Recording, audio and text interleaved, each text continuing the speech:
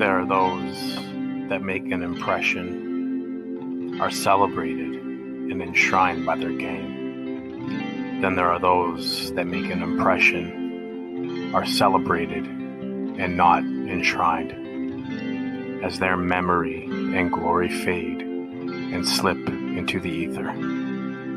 Welcome to The Forgotten Ones. Charlie Hustle, The Pete Rose Story.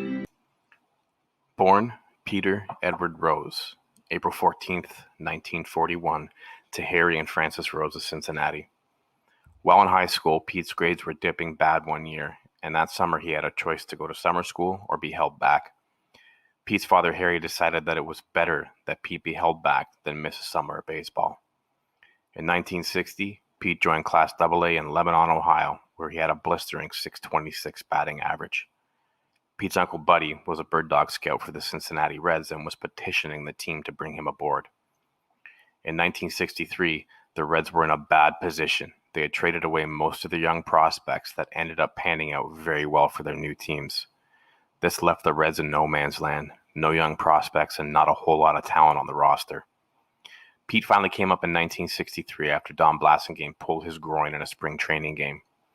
The nickname Charlie Hustle was given to him that year by none other than Whitey Ford of the Yankees after he sprinted to first base after getting walked. In 1970, Pete absolutely ruined Roy Fossey during the All-Star game, running over him like an 18-wheel truck. But of course, this is when All-Star games mattered. But it was also a testament to Pete. He didn't take a play off. He was always at the top of his game, giving it 100% that his body could. In 1973, Pete enjoyed a monster year with 230 hits, a .338 batting average, helping him secure the National League MVP. And ultimately, the Reds steamrolled the Mets in the NLCS that year. Pete got his 3,000th hit on May 5th, 1978, becoming only the 13th player in baseball history to accomplish that feat. In 1978, he was also the closest to reaching the unreachable record. Between June and August, he amassed a 44-game hit streak, ultimately falling 12 games short of DiMaggio's record. For the next 8 years, Pete jumped around to various teams in the league and amassed his 4,192nd hit on September 11th, 1985, passing the immortal Ty Cobb for most hits in the history of the game. Now, where did it all go wrong? It's tough for some people to understand who haven't played competitive sports, the rush that you get from putting that jersey on, from tightening your cap, to getting the cleats on, to running out onto that field. And it's tough to see ex-players grip with the issues that come with not having that rush anymore after retirement. In 1989, there were allegations that Pete had been betting on baseball while managing, adjusting his lineup in order to ensure that his bet cashed. Of course, he denied it and tried to do as much damage control on his image as possible. Now, a lot of the reports are varied in their accuracy, but for all intensive purposes, the damage was done in the public eye. After swift justice and documents from one of his associates, aka his bookie, Pete accepted a mutual placement onto the Bermuda Triangle of baseball's ineligible list. This barred him from being a part of the game. Pete has been applying for reinstatement consistently since 1992, as the ultimate goal of being enshrined in the Hall of Fame is truly the only thing that he wants. He gave a lot to the game, but ultimately, he took a lot from it as well. Pete was always looking for ways to make money as baseball had turned his back on him. Pete decided to get into broadcasting and television, even getting into the World Wrestling Federation, and he carried himself there just as he did in baseball. Pete started to get that persona that he would pimp himself out or into anything, just if there were a few bucks in it. He would sign as many baseballs for money that were placed in front of him and would even inscribe messages for a couple bucks more. In 1991, the Hall of Fame voted and successfully passed the rules to exclude people on the ineligible list, which was previously allowed. But Pete's actions and gambling addiction did a lot of damage to those that sat on the voting committee, as those were his peers. Pete currently holds 26 records and shares 2 of them. There is no doubt to the player that Pete was. He was a machine, not one of, but the greatest hitter in the game of baseball, and his accolades cannot be taken away. Is he sorry? Yes, I truly believe he is.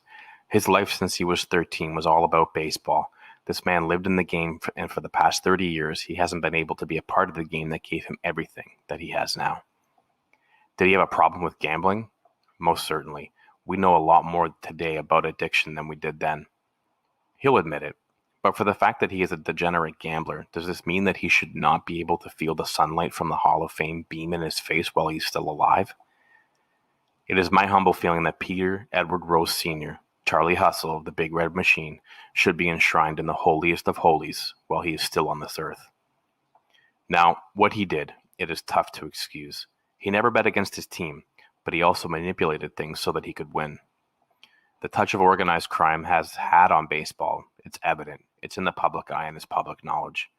But as we move forward as a society and see the gambling industry now, and that leagues are opening up and adopting partnerships with various gambling houses, it shows that the thought process of baseball is moving into the present day, and I think we have Rob Manfred to thank for that.